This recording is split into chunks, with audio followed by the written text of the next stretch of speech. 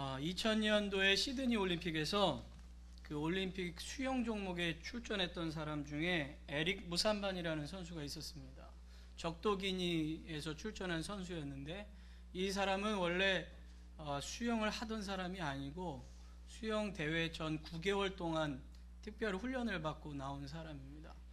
코치가 그냥 깃발만 들고 나가라 그래서 나갔다가 특별히 초청된 그 몇 사람하고 같이 출전을 했습니다. 자기가 경기하던 그 시합에는 세 사람이 하게 되었는데, 그 시합 중에 세 사람이 경기를 하게 되는데 두 사람이 그 부정 출발을 해가지고 실격을 당하고 혼자 헤엄을 치게 됐습니다. 근데 다른 선수들은 그때 당시 전신 수영복이 유행이어가지고 전신 수영복을 탁 입고 했는데 이 에릭 무산반이라는 선수만 사각형의 그 트렁크 수영복을 입고 수영을 했습니다. 근데 더 놀라운 것은 이 사람의 수영하는 모습이었습니다. 출발을 딱 했는데 자유형인데 자유형으로 수영한 게 아니라 개헤엄으로 수영하기 시작했습니다. 그것도 100m였는데 100m를 한 번에 다 하지 못하고 50m 가다 지쳐가지고 조금 쉬다가 돌아왔습니다. 그래서 이 선수가 기록한 이 기록이 1분 52초 5이라는 기록입니다. 보통 선수들은 1분대, 아주 잘하는 선수들은 50초대, 박태환 선수는 49초까지도 기록했다고 하는데 1분 52초면 2배 이상의 속도로 달린 거죠. 아마 이것도 세계 신기록이 아닐까라고 생각이 들 정도의 기록입니다. 이 선수가 후에 인터뷰할 때 이렇게 얘기했다 그래요. 감독이 해야 한다고 해서 했지만 100m는 너무 길었다 그래요. 빠져 죽지 않으려고 완주했다. 이 얘기가 아주 명대사가 됐다고 합니다. 근데 지금 이 선수가 뭘 하고 있냐 하면 적도기니 국가대표 수영 코치로 일하고 있습니다. 어떻게 보면 그 선수가 처음 출전한 그 모습, 또 헤엄치는 모습 때문에 사람들은 비웃기도 했고 많은 논란거리가 되기도 했습니다. 그러나 그 선수가 그렇게 처음 출전한 것으로 시작해서 그 지역에, 그 나라에 수영 국가대표가 생기기 시작했다라는 것. 아주 미약한 출발이지만 그 미약한 출발을 통해서 나중에 더 큰 것이 이루어졌다는 것을 우리는 알 수가 있죠. 지금 한참 소치에서는, 러시아 소치에서는 동계올림픽이 열리고 있습니다. 7일부터 시작된 이 올림픽은 17일 동안 펼쳐진다고 합니다. 한국 선수는 71명이 이번에 출전했는데 지금까지 출전한 것 중에서 가장 많은 선수들이 출전한 대회라고 합니다. 우리나라 하면은 떠오르는 경기는 보통 쇼트트랙입니다. 다른 경기에서는 그렇게 메달을 따지 못했었는데 쇼트트랙이라는 것이 이 정식 종목으로 채택된 이후에는 한국이 아주 동계올림픽에서도 강국처럼 여겨졌습니다. 그런데 사실 쇼트트랙 외에는 우리나라에서는 그렇게 메달을 따는 종목이 별로 없었습니다. 그러다가 작년이 아니라 지난번 이 밴쿠버에서 스피드 스케이트에서 금메달을 3개나 따고, 또 우리가 잘 아는 것처럼 피겨 스케이팅에서 김연아 선수가 금메달을 따면서 우리나라도 이제 여러 종목에서 다양한 성과를 내게 됐죠. 그런데 올해는 스키 점프라든지 크로스 컨트리, 봅슬레이, 프리스타일 스키, 뭐 이런 여러 가지 종목, 뭐 컬링 같은 들어보지도 못한 그런 종목에서 다양한 선수들이 출전하게 됐습니다.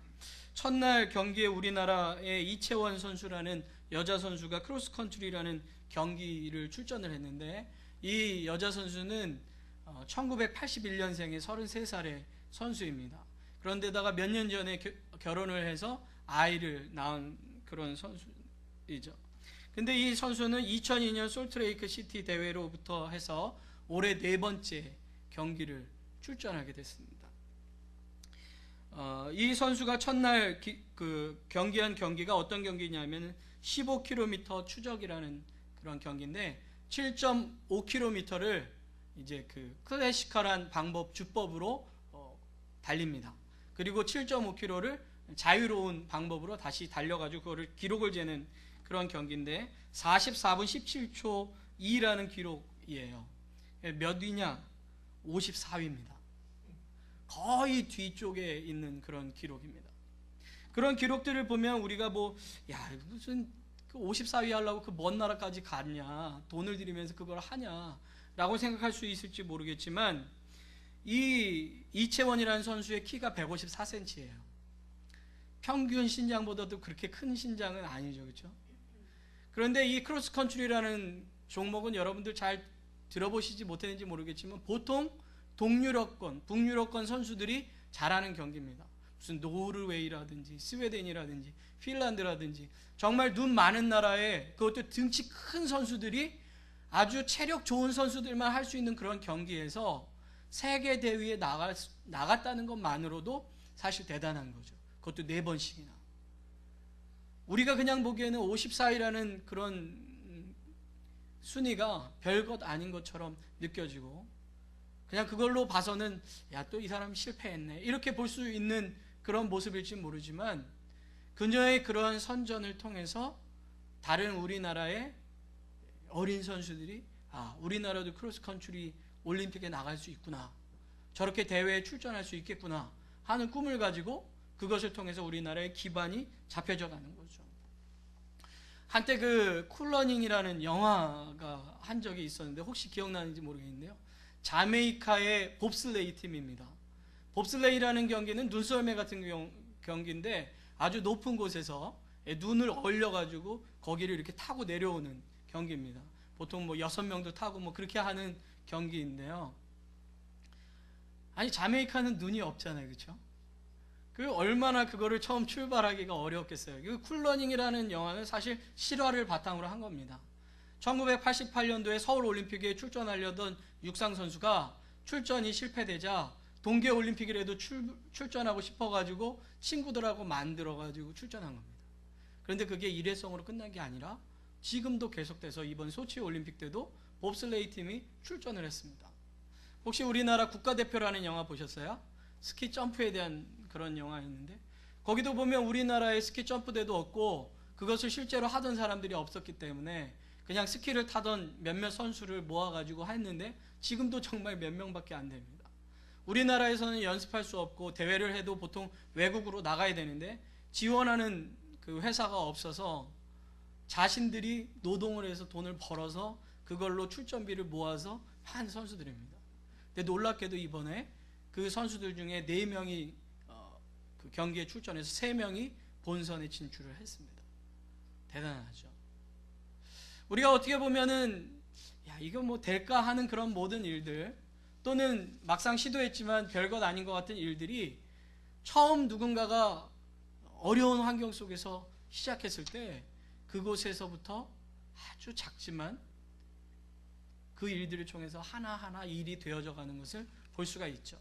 우리가 당장 보기에는 그것이 실패같이 보이고 미약해 보이고 작은 일 같아 보이지만, 그런 일들을 누군가가 시작했기 때문에 그것이 나중에 엄청난 일로 펼쳐지는 것을 볼 수가 있습니다.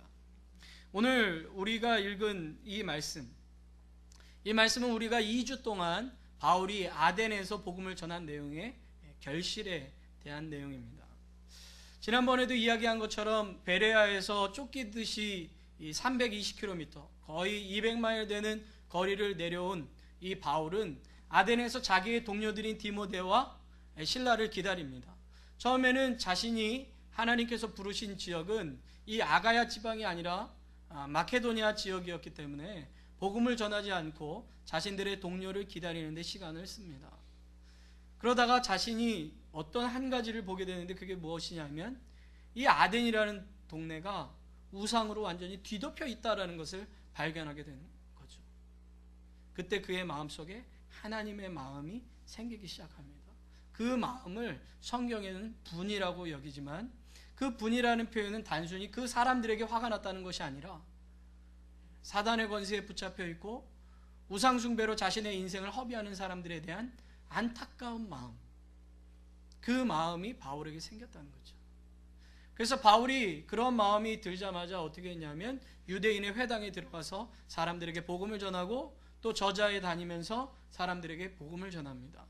그런데 이것이 하루만, 이틀만 한 것이 아니고 성경 말씀에는 날마다 했다고 합니다. 날마다 저자에 다니면서 다니는 사람들과 이야기하는데 그 사람들 중에서는 당대의 철학자들인 에피쿠로스 학파 사람들과 스토아 학파 사람들과도 이야기하게 되는 거죠. 그 사람들이 들을 때에 바울이 이야기하는 예수 그리스도와 이 부활에 대한 이야기는 한낱 말쟁이가 얘기하는 말에 지나지 않았습니다. 그래서 바울을 말쟁이라고 조롱하는 사람들도 있었습니다. 그러나 바울은 그것에 굴하지 않고 계속해서 복음을 전하게 됩니다. 그것이 얼마나 그 지역에 이슈가 됐는지 아마 많은 사람들이 그 이야기를 듣고 어떤 이방인이 와서 어떤 이야기를 하는데 이것이 굉장히 우리를 시끄럽게 만든다라는 이야기를 한 것 같습니다. 그래서 바울을 붙잡아다가 아레오바고라는 의회에 데리고 가서 네가 그러면 전하고자 하는 것이 무엇인지 우리에게 분명하게 한번 얘기해봐라 라고 요청을 받게 됩니다. 그래서 우리가 지난주에 들었던 말씀처럼 바울은 그들에게 이렇게 얘기하죠. 야, 내가 너희들을 보니까 범사에 종교성이 많구나. 다른 말로 하면 너는 미신만 섬기고 있구나. 뿐만 아니라 어떻게 얘기해요? 알지 못하는 신에게까지 절하고 있구나. 내가 돌아다녀 보니까 알지 못하는 신에게라는 이 단을 봤다. 너희들은 알지 못하고 섬기지만 너희들이 알지 못하는 진짜 신이 누구인가를 내가 알려주겠다라고 분명하게 그들에게 선언을 한 거죠. 그래서 하나님은 창조자이시고 모든 생명이 하나님께로부터 왔고 그래서 모든 인류는 하나님에 의해서 생겨난 인류다라는 것을 이야기하고 있습니다. 그리고 그분을 통해서 우리가 다시 부활할 수 있으며 그분이 다시 나중에 심판자로 오시기 때문에 너희들 회개하라 하는 이야기를 이 본문에 나온 이 설교를 통해서 전해주는 것을 볼 수가 있는 거죠. 그것을 들은 사람들의 반응은 여러 가지의 모습이었습니다. 오늘 성경 말씀을 보면 이렇게 나오죠. 32절에 저희가 죽은 자의 부활을 듣고 혹은 기롱도 하고 비웃었다는 얘기입니다. 그런데 사실 그들의 생각에 따르면 이 죽은 자가 부활했다는 것은 굉장히 비웃을 만한 일입니다. 왜냐하면 그때 당시에 아까도 이야기한 에피쿠로스 학파 사람들은 어떤 사람들이냐면 인간은 영혼이 이렇게 불멸한 존재가 아니고 영원한 존재가 아니고 죽으면 그것으로 끝나는 존재라고 생각했습니다. 인간은 그냥 물질적인 존재로 모든 물질이 피어났다가 죽는 것처럼 결국에는 그냥 죽으면 끝나는 그런 허무한 존재가 인간이기 때문에 쾌락을 즐기며 살아야 된다라고 생각했던 사람들입니다. 그런데 영혼이 부활하고 인간이 부활한다 그러니까 비웃을 수밖에 없는 겁니다. 반대로 스토아 학파 사람들은 영혼 불멸에 대해서는 믿었지만 이렇게 생각했습니다. 여러분들 혹시 그 플라톤이라는 신학자 아세요? 이름은 들어봤을 거라고 생각하는데 이 플라톤이 주장했던 것 중에 하나가 이데아라는 것입니다. 쉽게 말해서 영적인 것과 이 육적인 것, 물질적인 세계가 있는데 물질적인 것은 속되고 불완전한 것이고 영적인 것은 온전한 것이라는 거예요. 그래서 인간이 온전하게 되기 위해서는 이 영적인 것이 있을 때에만 가능하다고 생각했습니다. 그래서 영혼 불멸하다는 것도 육체는 썩어서 없어지고 결국에 영혼만 남게 된다 하는 사상을 갖고 있었습니다. 근데 바울은 뭘 전했냐면 영혼만 부활하는 것이 아니라 인간의 육신도 부활한다고 전했던 거죠. 오늘 성경에 죽은 자의 부활을 얘기한 것처럼 예수님께서 영적으로만 부활하신 거 아니지 않습니까? 그래서 예수님이 제자들에게 나타나실 때 어떻게 하죠? 나는 영혼, 귀신이 아니고 진짜 살아있는 그런 존재다라는 것을 보여주기 위해서 제자들 앞에서 밥을 드시잖아요. 밥 먹는 게 별거 아닌 것 같지만 밥 먹고 소화시키는 이런 모든 것이 살아있다라는 증거라는 거죠. 귀신이 아니라는 겁니다. 그래서 우리가 부활하는 것도 귀신처럼 부활해가지고 뭐 이렇게 떠돌아다니는 게 아니고 진짜로 우리의 육신이 완전체로 변화돼서 다시 살아나게 될 것을 성경에서 이야기하고 있다는 거죠. 바울이 그것을 이야기하니까 그때 당시에 철학자들과 그 사고체계에 갇혀있던 사람들이 믿을 수가 없는 겁니다. 그러니까 조롱하게 되어 있는 거예요. 그런데 놀랍게도 그곳에 어떤 이들은 이렇게 이야기합니다. 이 일에 대하여 내 말을 다시 듣겠다. 네 말을 또 듣고 싶다 라고 이야기했다는 거죠. 어쨌든 바울은 자기가 전해야 될 것을 다 전하고 떠나갑니다. 그 떠나갈 때 34절에 이렇게 기록되어 있습니다. 몇 사람이 그를 친하여 믿으니, 이 친하다는 말은 뭐냐면 접착제로 붙이다라는 표현입니다. 쉽게 말해서 이 사람들이 바울과 이렇게 딱 붙었다는 거죠. 야, 이 사람이 전하는 도, 내가 믿고 싶다, 듣고 싶다 하고 딱 붙었다는 겁니다. 또 이 믿음이라는 표현은 수동태입니다. 수동태니까 자기 스스로 믿음이 생겼다는 게 아니라 하나님이 그들에게 믿음을 주셨다는 겁니다. 하나님께서 그들에게 믿음을 주셔서 그들이 예수 그리스도를 믿게 되고 그래서 바울과 함께 했다라는 것을 오늘 성경에는 그를 친하여 믿었다라고 표현했다는 거죠. 그 중에는 두 사람만 나옵니다. 한 사람은 아레오보고 관원이었던 디오누시오라는 사람이고 또 한 사람은 여성인 다말이라는 여성입니다. 그리고 오늘 성경에는 이렇게 나오죠. 또 다른 사람들도 있었더라. 몇 명인지는 알 수 없습니다. 우리가 보기에는 별거 아닌 것 같지 않습니까? 기껏 복음 전하고 의회에서 많은 사람들 앞에 전했는데 성경에 나와 있는 사람은 딱 두 사람. 그것도 한 명은 남자지만 한 명은 그때 당시에 숫자에도 들어가지 않는 여자. 이렇게 되면 우리는 야, 이건 별거 아니다 라고 생각할 수 있을지 모르겠습니다. 그러나 오늘 성경 말씀은 별거 아니다 라는 것을 이야기하는 게 아닙니다. 요 몇 명의 숫자밖에 되지 않은 사람들이 예수님을 믿은 것 때문에 어떤 신학자들은 사도 바울이 아레오바고에서 아테네에서의 사역은 실패했다라고 보는 사람들도 있습니다. 뿐만 아니라 전도한 이 설교 자체가 그 전에 했던 예수 그리스도의 십자가에 대한 설교가 없었기 때문에 그것 자체로 실패한 게 아니냐라고 이야기하는 사람도 있습니다. 뿐만 아니라 다른 서신서를 보면 여러 교회에게 쓴 편지가 있는데 아테네는 교회에 편지를 썼다는 말이 없는 거 보니까 그때 당시에 거기는 교회가 세워지지 않은 게 아니냐라고 생각하는 사람도 있습니다. 그러나 성경은 우리에게 그것을 얘기해 주려고 하는 게 아닌 거죠. 분명 교회가 안 생겼을 수도 있습니다. 그리고 다른 지역보다 예수 그리스도를 믿는 사람이 적었을 수도 있습니다.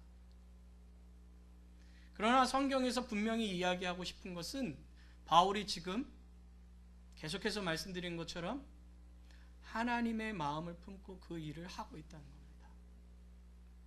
뿐만 아니라 그 일을 했을 때 하나님께서 천하보다 귀한 한 영혼이 예수 그리스도를 믿고 돌아오게 해주시는 결과를 나타내 주셨다는 겁니다.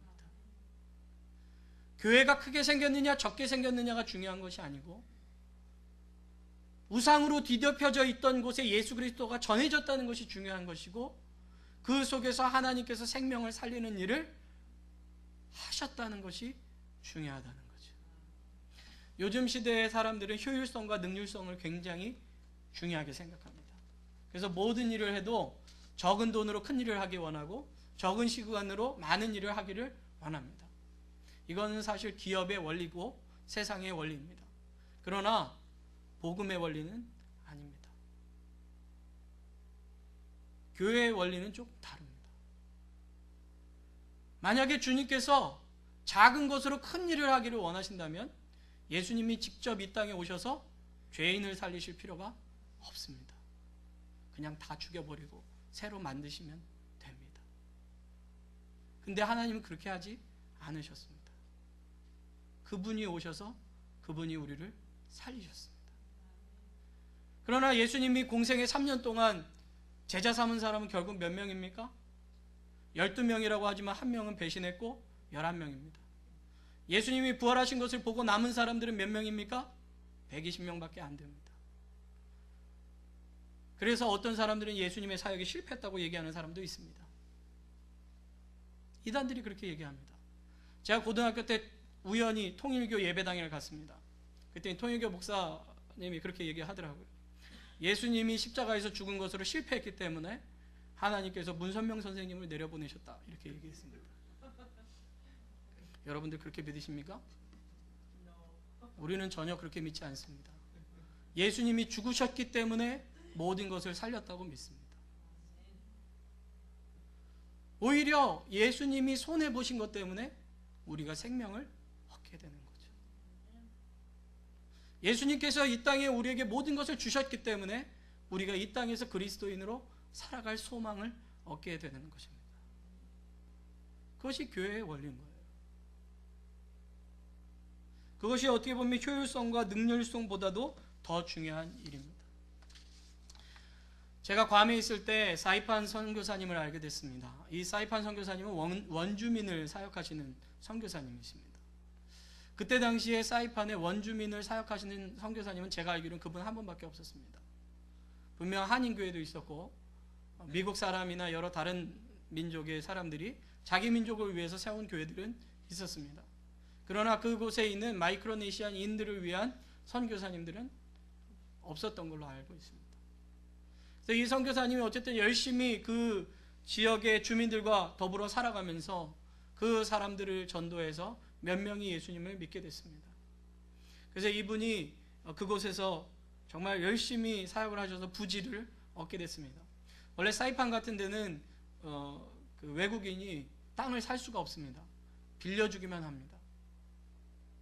근데 이분은 그곳에 있는 사람들과 더불어 그 땅을 사서 교회를 지을 부지를 얻게 됐습니다. 그래서 이제 교회를 짓기만 하면 됩니다. 그래서 이분이 자기가 돈이 없잖아요. 선교사님 중에 자기 돈 가지고 사역하는 사람이 뭐 몇 명 되겠습니까? 그래서 자기가 아는 교회들, 또 한국에 있는 여러 교회들, 또 그 주변에 있는 교회들에게 교회를 짓기를 원하는데, 원주민들을 위한 교회를 짓기 원하는데 좀 도와달라고 부탁을 했습니다.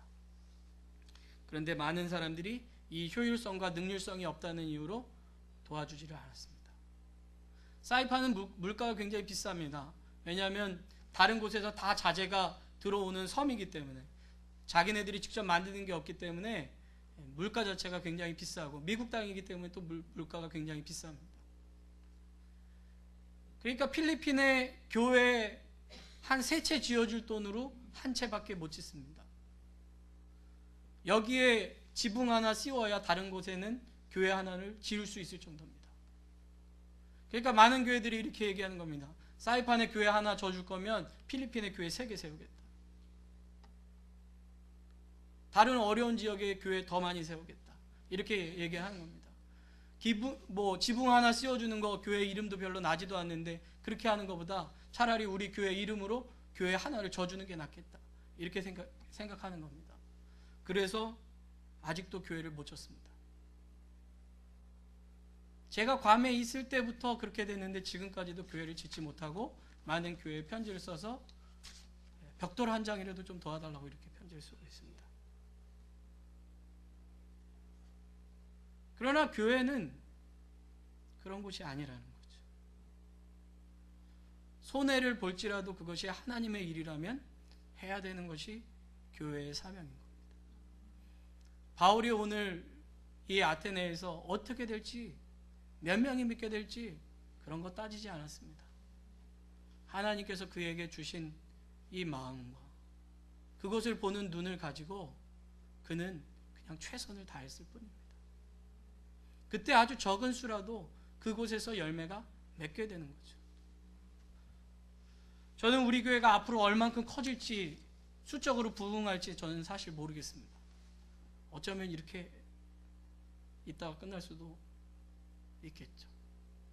어쩌면 하나님 은혜 주셔서 더 큰 교회가 될지도 모르겠습니다. 그러나 중요한 것은 교회가 커지느냐 작으냐, 그것을 하나님께서 보시는 것이 아니라는 겁니다. 얼마나 놀라운 일을, 큰 일을 많이 했느냐, 이것을 주님께서 보시는 게 아니라는 거죠.